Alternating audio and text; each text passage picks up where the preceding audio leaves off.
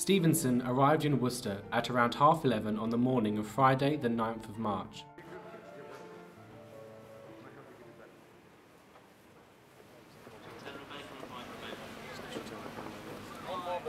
As Stevenson walked from the station, he passed a bin. Full up and overflowing, he suddenly remembered back to his childhood in Blackpool.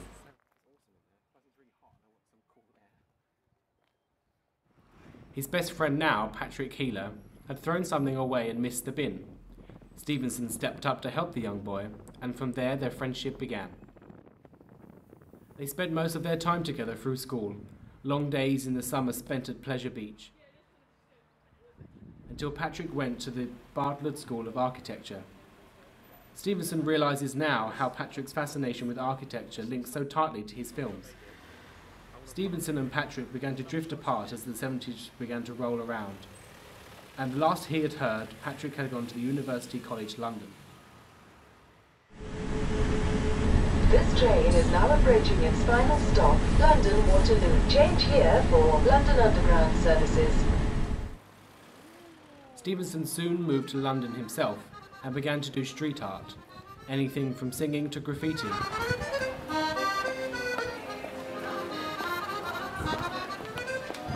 Stevenson was busking in Covent Gardens when he spotted someone in the distance. He recognised the man immediately. Walking over, he called to Patrick, and the two men stood stunned at their chances of walking into one another.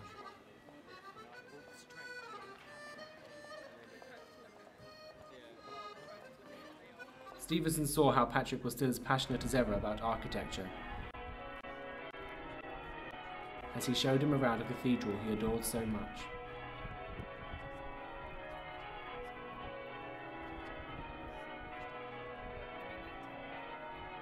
At this time, Patrick had not yet delved into film, but already his mind was blooming with ideas and images. Stevenson visited Patrick's townhouse, just around the corner from Chelsea, where Patrick proceeded to tell Stevenson about his ideas for films, and explained how he had drawn influence from films such as Christopher Marker's piece, Le Jeté.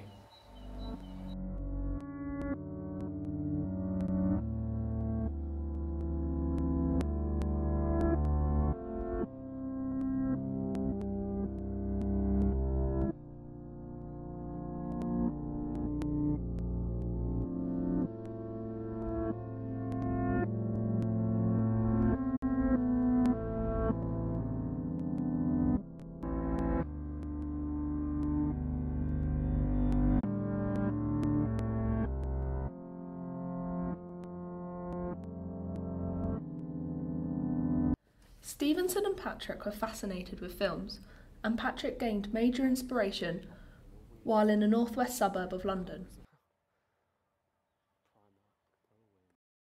They stumbled upon a footbridge taking them over a major road junction, the second of which was photographed a few weeks after the initial visit. Patrick decided he would walk the handheld camera across it during a continuous 10-minute take. Together they created a fictional narrative to accompany the picture. Stevenson was a big fan of this. Yeah, I guessed it was.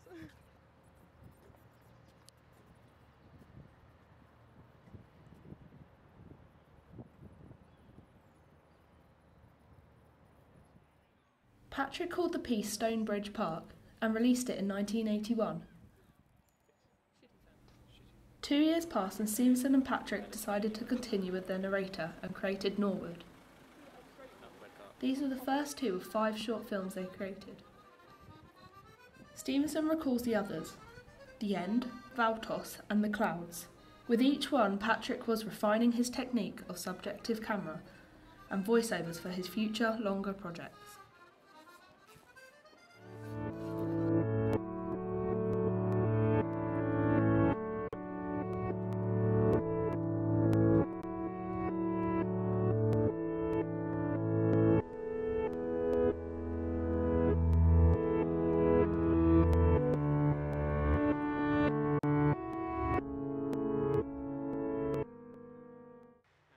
In Patrick's later works, he developed his character of Robinson, This character was first developed in his 1994 film London, a fictional journey through a real city. The next film to come out was in 1997, Robinson in Space. This was a joint work between Patrick and Stevenson. Stevenson was Patrick's travelling companion as they journeyed all over the UK to film different sceneries and architecture. Stevenson got Patrick connected with television producers in 2000, and Patrick was asked to do the project The Dilapidated Dwelling, about the houses in England and how not effective or comfortable they were for the working class families.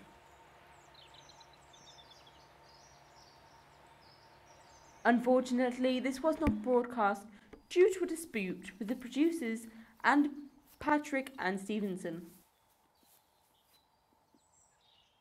As the failure of this production, Patrick moved on to his film City of the Future, which was shown at the BFI Gallery as a virtual landscape of the UK at the turn of the 20th century.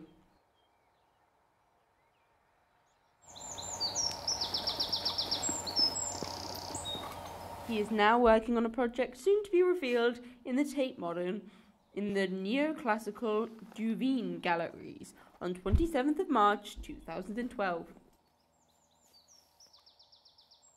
Stevenson said he felt proud of Patrick devising an exhibit for a sculpture gallery as a contrast to his usual being involved in images and linear narratives.